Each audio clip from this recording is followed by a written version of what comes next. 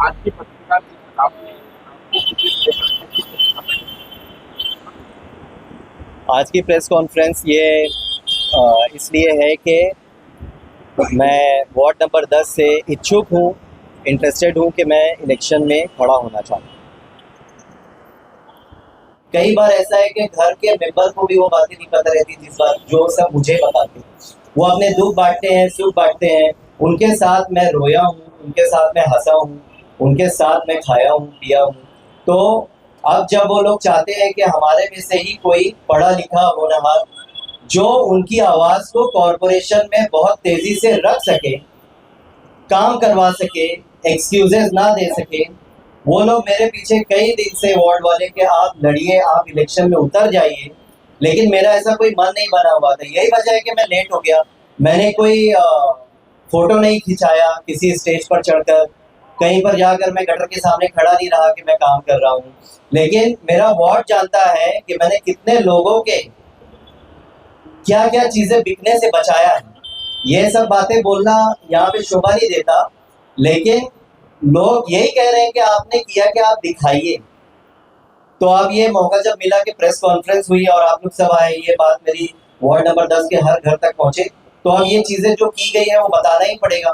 तो ये बातें हैं कि कई लोगों के ऐसा है कि उनके घर के फ्रिज, टीवी तक, घर तक बिकने की बात है। हम लोगों ने वहां पर उनको हौसला दिया, उनके आंसू पोंछे। यहाँ पे कई माएँ मौजूद हैं कि जिनका मैं बेटा हूँ, कई लड़कियां मौजूद है कि जिनका मैं भाई हूँ। और ये सारा चौहान कॉलोनी, सागर प्लाजा से लेके गैबी नगर, फातिमा नगर तक, शांति नगर तक, ये सब मेरा घर है और मैं यहाँ का बेटा हूँ।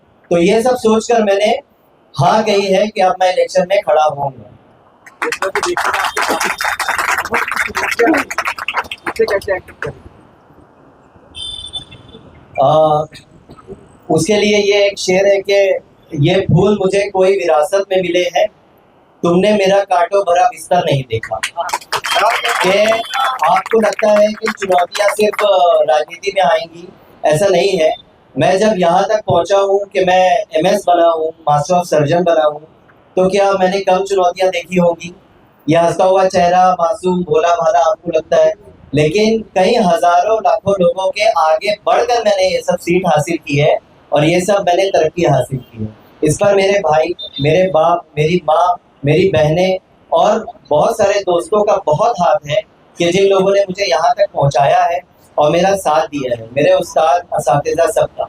यहाँ तक कि आपको बता दूं कि चुनौतियां तो आई ग्रेजुएशन करने के बाद पोस्ट ग्रेजुएशन के लिए, मगर हजारों लाखों की तादाद में जब ये एग्जाम होता है तो महाराष्ट्र, ऑल महाराष्ट्र रैंक 1 लाकर मैंने उन सारी चुनौतियों को पार करके ये सीट हासिल की थी। और अल्टरनेटिव मेडिसिन से भिवंडी का पहला सर्जन मैं बना और अब तक मैं ही हूँ अल्टरनेटिव मेडिसिन से भिवंडी का पहला सर्जन।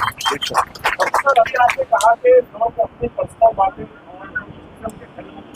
वो आपसे करते हैं, तो सुनकर आपको ऐसा लगा कि आपको इलेक्शन लड़ना चाहिए। अक्सर ये होता है कि इलेक्शन लड़ने के पहले ये इमोशनल चीजें बताई जाती है और फिर इलेक्शन लड़ने के बाद जब जीत कर आते हैं तो ये बोलते हैं भाई इलेक्शन तो मैंने वार्ड के लिए लड़ा है, क्या आपके पर्सनल इस पर क्या कहते हैं? लोग जब इलेक्शन लड़ते हैं, जीतते हैं और उसके बाद वो कहते हैं कि मैं वोट आपसे वोट नहीं मांगा था पर्सनल चीजों के लिए, लेकिन मैं तो बना ही नहीं, मैंने तो अब तक खड़ा ही नहीं हुआ था। तो मैं 5 साल से क्यों ये सब काम कर रहा था, पर्सनली मैं क्यों कर रहा था? क्योंकि ये मेरा नेचर है। अगर आप भी मेरे पास आएंगे और आप मुझसे अपनी बातें शेयर करेंगे तो मैं करूंगा आपके लिए भी। पर्सनल काम करना ये इलेक्शन में लड़ने की चीज है कि वार्ड में काम करना है? मैं वार्ड के लिए, इलेक्शन के लिए ये सब पर्सनल काम नहीं कर रहा था उनका। मैं उनको अपना भाई समझ के, बाप समझ के, बेटा समझ के, बहनें समझ के ये सब काम कर रहा था। इसी वजह से मैं 6 महीना पहले से इस लाइन में उतरा नहीं, ऐलान नहीं किया। मेरा मन ही नहीं था इलेक्शन में खड़ा होने का, मेरी वो फील्ड ही नहीं थी। लेकिन अब मुझे ऐसा लग रहा है कि जब मैं इन लोगों की ये सब प्रॉब्लम्स सॉल्व कर सक रहा था बिना पावर के, तो पावर में आने के बाद मैं इनकी प्रॉब्लम्स और अच्छे से सॉल्व कर सकूंगा।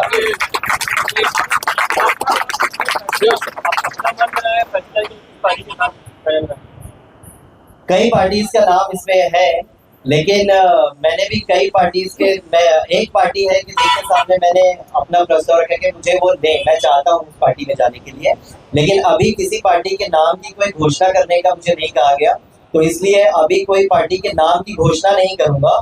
लेकिन मैं एक वादा जरूर कर सकता हूँ कि जिस पार्टी के साथ भी मैं रहूंगा और जिस पैनल के साथ भी मैं रहूंगा, तो उनके साथ मैं डटा रहूंगा और आखिरी दम तक उनका साथ दूंगा और पार्टी को भिवंडी लेवल पर बहुत ऊंचाइयों तक पहुंचाने की पूरी पूरी कोशिश करूंगा, जो कि मैंने हर फील्ड में किया है। जैसे आप ये बोल सकते हैं कि बहुत सारे लोग आते हैं, वादा करते हैं, लेकिन वो काम नहीं करते। पार्टी के जीतने के बाद पार्टी चेंज भी कर लेते हैं, लेकिन मैं अपना पास्ट बता सकता हूँ कि इनमें से कोई भी खड़ा होकर आज तक ये नहीं कह सकता कि मैंने किसी से एक भी बार झूठ बोला हो। चैलेंज है ये मेरा कि कोई बता दे कि डॉक्टर इमरान ने ये कहा था और ये नहीं हुआ, ये ऐसा नहीं हुआ, अपनी बात में खड़े नहीं उतरे। पर्सनल लेवल पर, पॉलिटिकल नहीं, बचपन से लेके आज तक, इवन यहाँ तक कि अगर कोई ये बोल दे कि डॉक्टर इमरान ने एक छोटी सी गाली भी दी है, चैलेंज है मेरा कि आज तक मैंने ऐसा भी नहीं कहा, एक गाली तक भी मैंने नहीं दी। तो ये मैं इसलिए बता रहा हूँ, मेरी पारसाई बताने के लिए नहीं बता रहा हूँ। आप लोग कहते हैं, दुनिया वाले कहते हैं कि पॉलिटिक्स में ऐसे लोग आना चाहिए जो साफ सुथरे हों, पॉलिटिक्स में पढ़े लिखे लोग आना चाहिए, पॉलिटिक्स में तरक्की याफ्ता लोग आना चाहिए, जो हमारी बात कह सके, सच्चे आना चाहिए, झूठे आते हैं। तो अब एक सच्चा आ रहा है, उसका खैर मकदम करें, वरना ये चीजें बोलना छोड़ दें। और दूसरी बात ये है कि मैं जब पॉलिटिक्स की बात कर रहा हूँ तो मेरे चाहने वाले जो मेरे बहुत करीब है वो कहते हैं आप पॉलिटिक्स में आ रहे हैं, आप झूठ बोल सकते हैं, आप पॉलिटिक्स में आ रहे हैं, क्या आप में चालाकी है? तो ये सब पॉलिटिक्स के लिए क्राइटेरिया बन गया है पॉलिटिक्स में आने के लिए। वक्त हुआ करता था, हमने माजी की बातें सुनी है, पढ़ी है कि पॉलिटिक्स में, सियासत में अव्वल वक्त में वही लोग आया करते थे जो जमाने में मुअज़्ज़ज़ हुआ करते थे। तो अब हम ऐसे ही लोगों को क्यों ढूंढ रहे हैं कि जो झूठ बोलना जानते हो और जो लोगों को वरगलाना जानते हो? अगर मैं कह रहा हूँ कि मैं सच बोल रहा हूँ, अगर मैं कह रहा हूँ कि मैं डटा रहूंगा, तो मैं कह रहा हूँ और आप इस बात से मैं कभी पीछे नहीं हटूंगा। आप लोग अगर आगे भी रहे साथ में तो फिर मुझसे सवाल कर सकते हैं। डॉक्टर साहब ये बताइए, किस तरह से आप चुनावी मैदान में कर रहे हैं? आप वार्ड नंबर 10 किस तरह की मसला हालात है और किन को मुद्दे को लेकर आप काम करेंगे, खासकर देखा जाता है, रीजन क्या है आपका इस वार्ड में? मैनिफेस्टो और वार्ड के लिए जो काम है, तो देखिए, क्योंकि मैं इस वार्ड में रहा हूँ, बहुत सारे लोग का ऐसा है कि वार्ड में रहने का मतलब क्या, वार्ड में रहने का मतलब ये है कि मैं वार्ड से कितना कनेक्टेड हूँ। तो मैं वार्ड से इतना कनेक्टेड हूँ कि अभी भी 25 पेशेंट मेरे वार्ड के नीचे लेटे हुए हैं और हम उनकी खिदमत कर रहे हैं। सुबह शाम रात, कई रातों में सोया नहीं हूँ, मैं यहीं पर रह के उन लोगों के साथ में कनेक्शन मेरा हुआ है। तो उससे मुझे पता चला है कि उनकी परेशानियां क्या हैं, उनकी जो प्रॉब्लम्स है वो क्या है। तो इस मोहल्ले में बहुत सारी प्रॉब्लम्स है, और मोहल्ले की नहीं, मेरे ख्याल से सारी भिवंडी में प्रॉब्लम्स है। और चूंकि मैं एक पढ़ा लिखा शख्स हूँ, तो जैसे कि हम लोगों की ये रहती है ना बातें कि जब भी किसी चीज़ में जाते हैं तो हम गूगल करने लगते हैं, पढ़ने लगते हैं। तो पॉलिटिकल साइंस तो मैंने इतना नहीं पढ़ा, लेकिन मैं पेशे से डॉक्टर तो हूँ ही, लेकिन बीजापुर के मेडिकल कॉलेज में मैं 3 साल असिस्टेंट प्रोफेसर रह चुका हूँ और जलगांव के इंदिरा मेडिकल कॉलेज में लेक्चरर हूँ। और इसके अलावा भी मैंने सिम्बायोसिस कॉलेज से ACLS वगैरह भी किया हुआ है। बहुत सारी डिग्रियां हैं मेरे पास में, लेकिन अब इलेक्शन में उतरने के बाद लोगों की प्रॉब्लम्स नहीं समझ पाऊंगा अगर, तो मुझे ये फील्ड में आने का हक ही नहीं है। तो इसलिए मैंने कुछ चीज़ें पढ़ी है। तो जैसे आप लोगों तक बता दूं कि इलेक्शन में आने के बाद में एक कॉरपोरेटर का क्या क्या अधिकार होते हैं, तो उसके ऊपर तो कई बुक्स हैं। यहाँ पे जल्दी में मैं आप लोगों को, क्योंकि बहुत आप लोग भी बिजी हैं, अभी आप लोग का वक्त है ये, तो जल्दी बता दूं कि हमारे पास में सिर्फ एक ही योजना आप सब जानते होंगे, लाड़की बहन योजना। इसके बारे में आप सब लोगों ने सुना है, लेकिन बहुत सारी ऐसी योजनाएं हैं, बहुत सारे ऐसे काम हैं कि जिनके बारे में हमको पता ही नहीं है।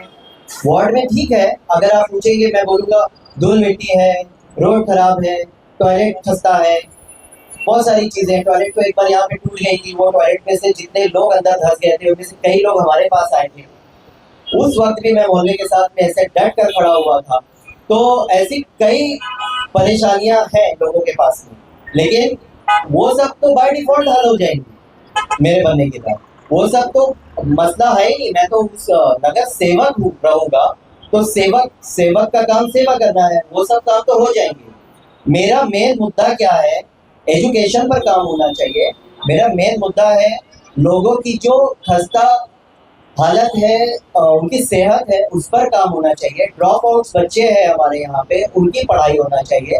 मदरसों में, मस्जिदों में जो काम होना चाहिए वो काम करने के लिए भी हम मदद कर सकते हैं। जैसे देखिए, मैं आपको बताता हूँ, कुछ योजनाएं मैंने लिखा हुआ है, जैसे प्रधानमंत्री आवास योजना, शबरी योजना, मोदी योजना और रमाई आवास योजना। ये कई ऐसी योजनाएं हैं कि जो मतलब ये तो ठीक है, ग्राम पंचायत के लिए ज़्यादा यूज में आती है, लेकिन ये सब योजनाओं के जरिए घर मिल सकते हैं लोगों को। ये सब के बारे में हमको कौन बताएगा?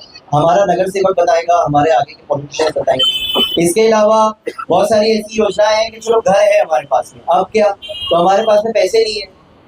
हमारे यहाँ पे कोई अंधा है, कोई ट्रांसजेंडर है, अगर कोई किसी के पास पैसे नहीं है, कोई बूढ़ा है बहुत, कोई विधवा है या कोई तलाकशुदा औरत है, तो उसके बारे में भी संजय गांधी निराधार अनुदान योजना है कि जो ऐसे जो अंधे हैं, जिनके पास कोई आधार नहीं है कमाई का, उन लोगों को घर बैठे पेंशन प्रोवाइड की जाएगी हर महीने। तो ये सब काम मैं आप लोगों की आवाज बन के करूंगा, और शायद भिवंडी का पहला ऐसा वार्ड रहेगा कि जिसमें ये सब चीजों से अवेयरनेस जागेगी। दूसरी चीजें हैं श्रवण बाल सेवा स्टेट पेंशन स्कीम। तो इस स्कीम के जरिए जो 65 साल के बूढ़े लोग हैं और जिनके पास पैसे नहीं है और उनका कोई करने वाला नहीं है, तो ऐसे लोग जो कि बीपीएल फैमिलीज में आते हैं, उन लोगों को मंथली पेंशन दी जाएगी। ये सब चीजें हम सिर्फ कनाडा और अमेरिका के बारे में सुनते आए कि पेंशन चालू हो जाती है अगर आप लोगों को काम नहीं मिलता है। जो हमारे एजुकेटेड लोग हैं उनके लिए बेरोजगारी भत्ता है, एक ये भी स्कीम है हमारे में, बेरोजगारी भत्ता। तो उसके जरिए क्या होगा, अगर कोई एजुकेटेड है, उसके पास में डिग्री है लेकिन उसके पास काम नहीं है, तो वो जब तक काम तलाश कर रहा है तब तक उसको गवर्नमेंट की तरफ से पैसे मिलेंगे, हर महीने इनकम चालू हो जाएगी। तो ये सब स्कीम सिर्फ अमेरिका और कनाडा में नहीं, हमारे हिंदुस्तान में भी है। लेकिन क्या आप लोगों को ये सब स्कीम के बारे में मालूम है? आम लोगों को नहीं। इसी तरह से Indira Gandhi international old age window disabled pension scheme है कि जिसमें जो मैंने कहा कि ओल्ड एज है, जो डिसेबल है, जो विडो है, उनको मंथली पेंशन चालू की जाएगी। दूसरा नेशनल फैमिली बेनिफिट स्कीम है कि जिसके घर में अगर कोई मर जाता है, किसी की डेथ हो जाती है, तो उस घर में फौरन उनको 20,000 दिया जाएगा ताकि उनका कफन दफन और आगे के हालात सॉल्व किए जा सके। इन सब के अलावा भी कई सारी योजनाएं हैं, जैसे कि प्रधानमंत्री कौशल विकास योजना, ये स्किल डेवलपमेंट के लिए है।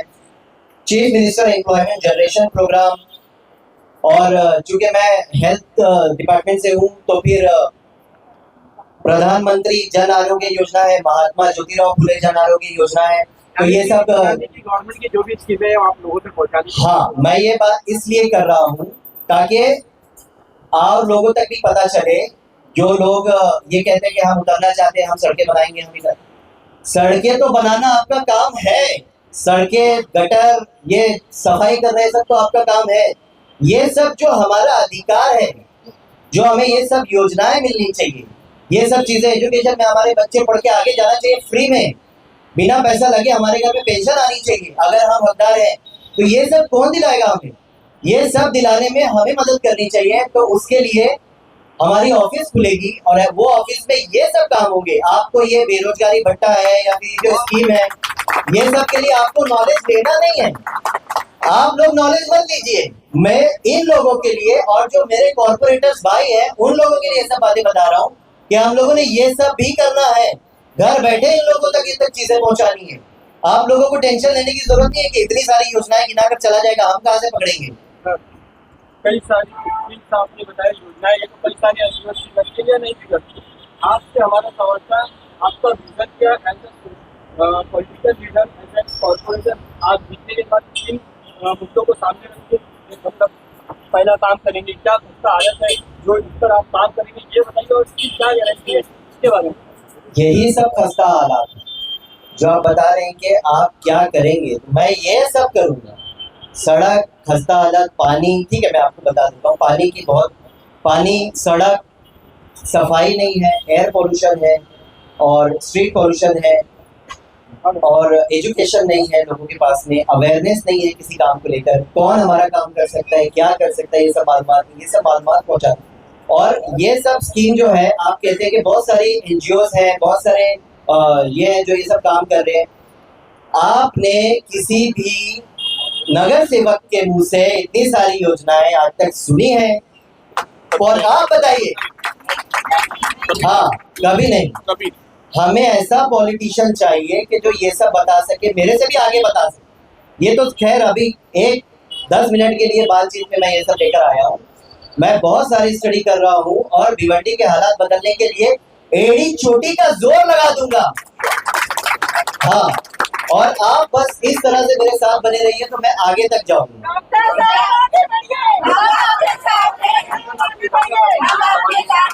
कि अगर किसी पार्टी से आपका टिकट कंफर्म नहीं होता है तो क्या इस चुनावी मैदान में आप रहेंगे या फिर नहीं लड़ेंगे? वो आप बहुत आगे की बात पूछ रहे हैं।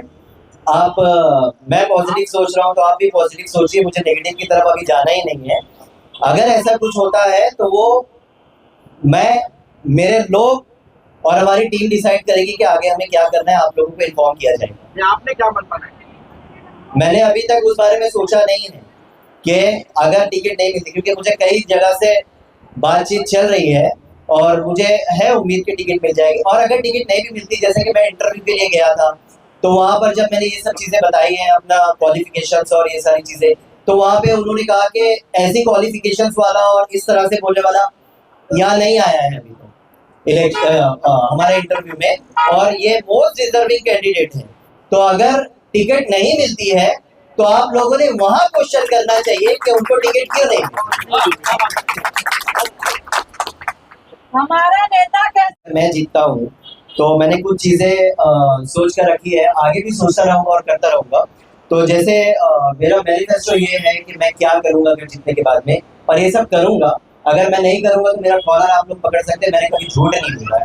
पहला तो एयर क्लीन, वाटर क्लीन और सड़कों और टॉयलेट, ये सारी चीजों पर मेरा ध्यान रहेगा। दूसरा 24/7 हमारी ऑफिस रहेगी जो कि कंप्लेंट्स के लिए रहेगी। आज तक मुझे नहीं पता कि 24/7 मतलब 24 घंटे के लिए कोई भी कॉर्पोरेटर की ऑफिस खुली रहती है, मेरी रहेगी। दूसरी चीजें यहाँ पर जैसे केजीएन हॉल है या दूसरे भी किसी हॉल है, केजीएन हॉल का नाम इसलिए ले रहा हूँ कि वो हमारे एकदम मोहल्ले में है और वहां तक की मुझ तक बात पहुंची है। तो केजीएन हॉल की रेनोवेशन का काम किया जाएगा। दूसरी बात, एजुकेशन पर ध्यान दिया जाएगा। जो ड्रॉप आउट लोग हैं उनको पढ़ाई की तरफ लगाया जाएगा, उनकी फ्री में पढ़ाई के लिए क्या क्या चीजें हैं वो कार्यवाही की जाएगी। दूसरा, वार्ड के आलिमों को, जैसे कि वार्ड के आलिमों में से चुनकर आलिमों को हर साल किसी न किसी आलिम को उम्रा कराया जाएगा इंशाअल्लाह। दूसरा, मदरसे में जैसे जो प्रॉब्लम्स होती है, जैसे कि मुझे अभी एक मदरसे का नाम आया है, हमारे इधर पे फैजान अजहरी मदरसा है। दूसरा, हमारी जो मस्जिद है बागे मदीना मस्जिद, तो उस मस्जिद में जैसे कि मैं सुनता आ रहा हूँ हर जगह ये बात चलती है कि मस्जिद के मदरसों के जो उलमा होते हैं, जो पढ़ाने वाले होते हैं, उनकी सैलरी तो सबसे ज्यादा होनी चाहिए ना, वो हमारे सरों के ताज है। तो लेकिन उनकी सैलरी बहुत कम होती है। यही वजह है कि हर कोई चाहता है कि कोई आलिम नहीं बने। माँ बाप से पूछते तो बच्चा डॉक्टर बनेगा, इंजीनियर बनेगा, कोई नहीं कहता है कि आलिम बनेगा। तो आलिम बनने के लिए डिमांड होनी चाहिए उलमा की। तो मेरे तरफ से हर महीने की सैलरी उलमा की, और हर महीने की सैलरी खुद्दाम की, और हर महीने की सैलरी जो पढ़ाने आते हैं उस्तादों की मेरी जानिब से रहेगी। ये मैं किसी गवर्नमेंट से नहीं मांग रहा हूँ, मुझे जो गवर्नमेंट से मिलेगा तो वो मिलेगा, लेकिन ये मेरी तरफ से रहेगा। और दूसरे मस्जिद जो मेरे वार्ड में है, अगर उन्होंने भी मुझसे आकर मिलेंगे तो जीतने के बाद में मैं उनका भी इंतजाम कराऊंगा इंशाल्लाह। दूसरी चीज, एम्बुलेंस के लिए मैं देखता हूँ कि यहाँ के मोहल्ले में बहुत परेशानियां होती है। कई बार ऐसा रहता है कि एम्बुलेंस इतनी जल्दी प्रोवाइड नहीं हो पाती है, तो मेरे वार्ड नंबर 10 के लिए मैं फ्री एम्बुलेंस 24/7 का इंतजाम रखूंगा 5 साल के लिए। दूसरी चीज, फ्री लेबोरेटरी टेस्ट 5 साल के लिए मुफ्त लैब की टेस्टिंग का इंतजाम करूंगा। फ्री डॉक्यूमेंट्स जो मेक होते, डॉक्यूमेंट जो बनते हैं आप लोगों के लिए, आधार कार्ड, पैन कार्ड और दूसरे भी डॉक्यूमेंट, फ्री में डॉक्यूमेंट बनाने के लिए ऑफिस में हमारा बंदा 24/7 आपके लिए मौजूद रहेगा। एक और बात,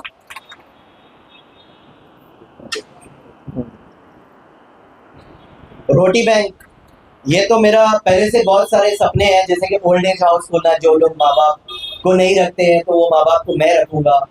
ये सारी चीजें तो वो बात की बात है, लेकिन रोटी बैंक मैंने सुना है जितने भी जो धार्मिक स्थल हुआ करते थे पहले भी, और पहले के जो हमारे बुजुर्ग हुआ करते थे तो लोगों को खाने प्रोवाइड करते थे, तो उसमें से एक चीज तो मैं स्टार्ट कर ही दूंगा अगले दिन से, जब से अगर मैं जीतूंगा, कि रोटी बैंक, जिसमें रेडियो रोटी बैंक नहीं नाम रहेगा उसका, वो डायरेक्टली हम खाना प्रोवाइड करेंगे।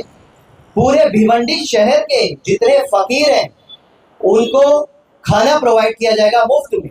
डॉक्टर साहब उनका ऐसा सिस्टम रहेगा, वो हम बताएंगे कि वो नाम लिखा कर जाएंगे सुबह में और शाम में उनको खाना खिलाया जाएगा, उसका इंतजाम ये रहेगा। तो उसमें हमारे मोहल्ले के लिए भी जो लोग हैं कि जिनके घरों में खाना नहीं पक रहा है, या फकीर लोग जो हैं, उनको खाना वहां पर खिलाया जाएगा। तो इसके अलावा भी बहुत सारी चीजें मैंने सोच रखी है, वो मैं करूंगा। और इसके पहले भी मैंने ये सब बहुत सारी चीजें की हैं, जैसे कि एक दो एग्जांपल दे देता हूं मैं, कि आप बोल रहे हैं कि इतना बोल रहे हैं, इसने क्या किया होगा। मोहल्ले का एक शख्स था, मैं किसी का नाम नहीं लूंगा, सारे रिकॉर्ड मेरे पास में है। उस शख्स को ऑपरेशन की जरूरत थी, रात में 4 से 5 बजे तक का टाइम था वो, और वो ऐसा था कि अगर उसको गवर्नमेंट हॉस्पिटल में भेजा जाएगा तो वो खत्म हो जाएगा, उसका बीपी बिल्कुल ड्रॉप हो रहा था, इंटेस्टाइनल ऑब्स्ट्रक्शन का पेशेंट था वो। उसको ओटी में लिया जा चुका था। हम लोगों ने तैयारियां की कि ऑपरेशन करेंगे, लेकिन उसका कोई नहीं था। एक फ्रेंड उसका आए थे साथ में और उन्होंने उसको छोड़कर चले गए थे। इमाम साहब और हर एक तक को मैंने मोहल्ले के कई जिम्मेदारों को फोन किया था, लेकिन उस टाइम किसी से मेरी बात नहीं हो पाई। 2-3 मोहल्ले की ख्वातीन आई, बुजुर्ग, उन लोगों को मैंने कहा कि आप लोग गवाह रहिए कि मैं इनका ऑपरेशन में कर रहा हूँ अपनी जिम्मेदारी पे, क्योंकि जान चली जाएगी। उस बंदे का ऑपरेशन मैंने किया हमारी टीम ने, और वो बंदा आज सही सलामत मौजूद है। उसके ऑपरेशन में 1.5 से 2 लाख रुपए खर्च हो गए, और उसके बारे में मैंने कहीं पे पेपर में, मैंने कहीं पे मीडिया में कुछ नहीं कहा। ऐसे मेरे पास में कम से कम 100 से 150 केसेस हैं कि जो मैंने अपनी जिम्मेदारी पे मैंने खुद साइन करा, उसका मैं रिलेटिव बना और मैंने उसको ऑपरेशन करवाया था। आज वो बंदा जिंदा। इस तरह से मेरे पास सैकड़ों हजारों मिसालें हैं कि जो मैं आपको गिनवा सकता हूँ, लेकिन अभी इस बात का वक्त नहीं है। आप समझ लीजिए, खाली आप लोगों तक मोहल्ले में सर्वे करके पूछ लीजिए, और इंशाल्लाह आगे भी आप लोगों ने मौका दिया तो मैं आपके साथ में डटा रहूंगा, और इसी तरह से मैं अपनी खिदमत अंजाम देता रहूंगा।